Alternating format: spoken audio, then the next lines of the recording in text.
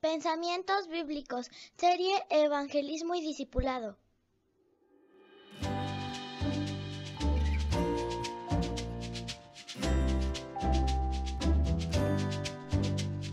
Para aprender sobre cómo debemos actuar cuando compartimos el Evangelio, vamos a estudiar un discurso que el apóstol Pablo dio cuando llega a Roma para ser enjuiciado por el emperador después de haber sido apresado en Jerusalén.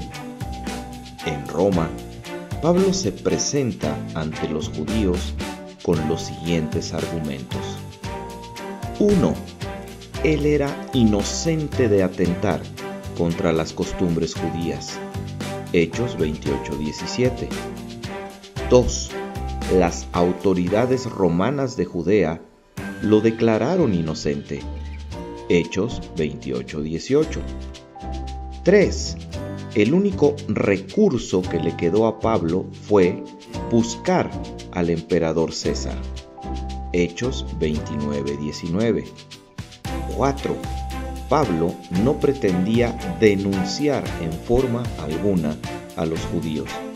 Hechos 29:19. Y 5. Pablo quería hablar a los judíos de la esperanza de Israel, esto es, Cristo. Hechos 28:20. Los judíos le responden a Pablo que desconocían su existencia y que lo único que habían escuchado del cristianismo eran conceptos malos, lo que es realmente muy poco probable. Se pacta con Pablo una nueva entrevista a la que asiste una multitud de personas, las cuales se enfrascan en una discusión de muchas horas mientras Pablo presenta el Evangelio. Hechos 28:23. Después de la discusión, muchos de los judíos, como siempre le había pasado a Pablo en sus encuentros con ellos, se mantienen sin ser convencidos por las claras evidencias de su propia escritura. El verbo asentían, que aparece en este pasaje, está en una forma griega de tiempo presente imperfecto, o sea, que tiene que entenderse como que los judíos estaban empezando a convencerse o que no estaban del todo seguros.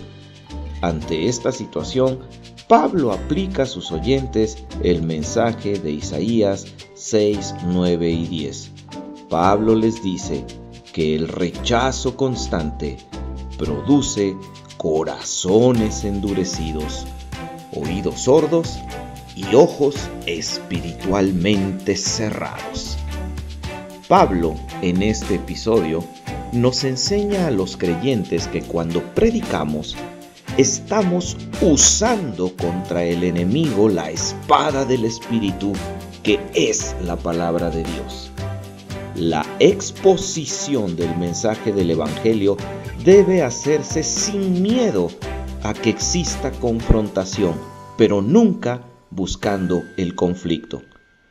Debemos confrontar con argumentos espirituales y con palabras de amor, no con ataques y burlas hacia las creencias de las personas.